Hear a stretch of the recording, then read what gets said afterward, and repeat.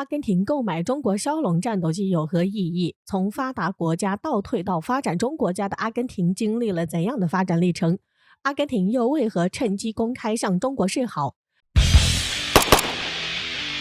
？2022年是中国与阿根廷建交的50周年，在刚结束不久的冬奥会时期，阿根廷总统费尔南德斯还出席了北京冬奥会开幕式。阿根廷驻华大使在瞻仰纪念堂时还面对镜头用中文说出“没有共产党就没有新中国”这句话，从一个外国人嘴里说出来，听起来十分别扭，但足以看出阿根廷为了表示对中国的友好花了不少的功夫。时间再往前推移，2月份，中国在联合国会议中多次做出重要表态，支持阿根廷对马岛的主权诉求，并呼吁国际社会应采取必要措施，继续推动包括马尔维纳斯群岛在内的17个联合国非自治领土的非殖民化进程。可以看到的是，近段时间阿根廷与中国的关系十分密切。阿根廷驻华大使牛望道也曾会见过中国航空企业代表，期间讨论了阿根廷引进 JF-17枭龙战斗机的具体细节。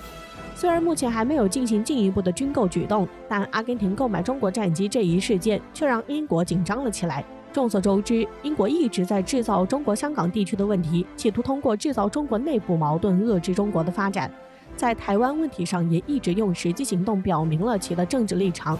甚至此前立陶宛设立的所谓台湾办事处，其背后也有着英国的挑唆。而在马岛问题上，英国与阿根廷也是冲突不断。这次阿根廷计划购买中国战机的行为更是让英国紧张了起来，因为一旦阿根廷购进了中国枭龙战斗机，其空军军事力量将会得到一个不小的提升。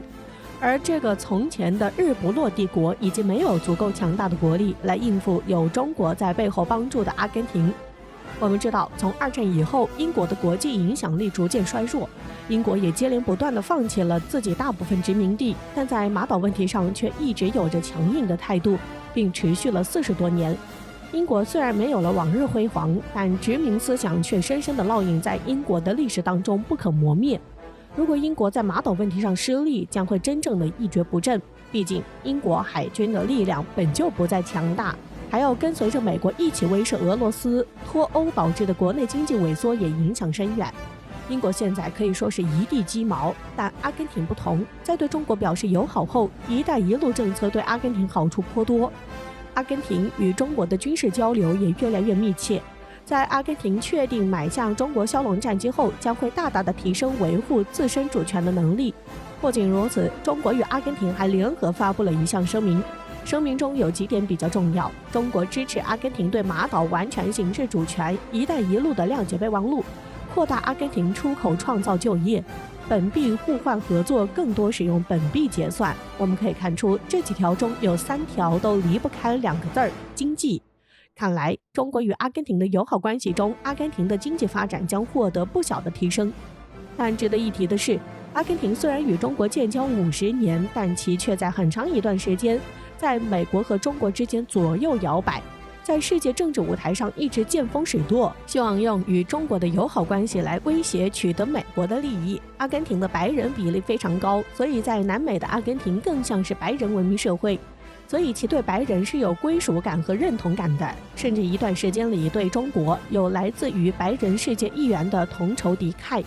在最近关于阿根廷与中国友好关系的新闻中，大多标题都有着阿根廷挣脱美国束缚的字眼。同时，阿根廷还是世界上唯一一个从发达国家倒退为发展中国家的国家。听起来有点绕口，但事实确实如此。按常理来说，发展中国家不断发展成为发达国家情有可原，发达国家倒退发展成为发展中国家，阿根廷还是独一份的存在，这完全不合乎常理。但如果我们换一个角度去看问题，就很好理解了。阿特和阿联酋，我们都知道，这2者都是石油大国，通过石油得到了快速的经济发展。但哪怕这2个国家的人均 GDP 超过了10万美元，仍然不会有人认为他们是发达国家。阿根廷同理，高收入国家并不代表发达国家。发达国家不光需要看 GDP， 还需要看另外2点。一点是这个国家有没有把东西造明白，也就是国内的基础设施建设。第2点，有没有把钱分明白，也就是国内人民的整体生活水平。如果我们从这2点来看，无论是沙特、阿联酋还是阿根廷，都无法满足这2点。但为什么在大家的普遍认知里，阿根廷是从发达国家倒退为发展中国家的呢？最主要的一点，太有钱了。别看如今的阿根廷好像发展的不行，但其在过去也是有着一段光辉历史的。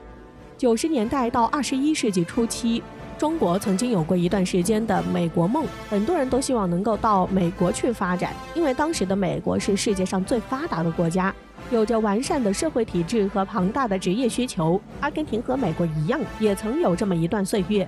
在19世纪末期到20世纪初期，不夸张地说，整个世界的人都想去阿根廷。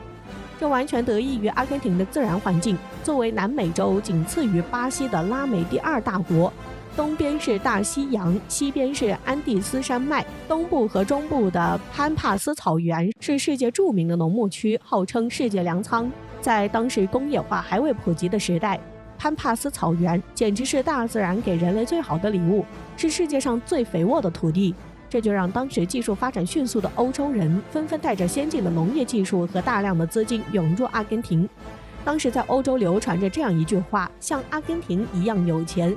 也就是将阿根廷与财富画上了等号。到底有多少人涌入阿根廷，我们从数据上就能看出。1825年刚刚独立的阿根廷只有约73万人口，但到了1947年，短短100多年的时间就增加到了1600多万，直接翻了20多倍，资源多，人多，随之而来的就是不断的资金投入，不断完善的基础设施，不断提升的出口外贸。阿根廷当时是世界上最富有的前10个国家，但昔日的辉煌终究是昔日。阿根廷有着美洲最激进的劳工，有美洲最激进的学生，还有美洲最激进的军人。在进入20世纪中后期，阿根廷的现代化建设就像一场赛跑，一边是急速扩大的政治参与，另一边是疲于奔命的政治建设。政治争端演变成的政治团体之间赤裸裸的碰撞，在阿根廷国内激烈的进行着。在1989年，阿根廷国内通胀率突破1000%，工人罢工，暴徒洗劫杂货店，国内情况一团乱麻。国有公司纷纷倒闭，每天亏损上百万美元，政治赤字简直惨不忍睹。总的来说，阿根廷的经济在辉煌一时过后，形成了一种走走停停的经济模式。这其中摇摆不定的政治风向具有很大的影响因素，政治更迭与经济下滑同步发生，甚至没法分别是谁影响了谁。也许正是阿根廷看清楚政治不确定造成的影响，这回毅然决然地挣脱了美国的束缚，与中国建立友好关系。从中国联合声明可以看出，阿根廷这次做出了正确的选择。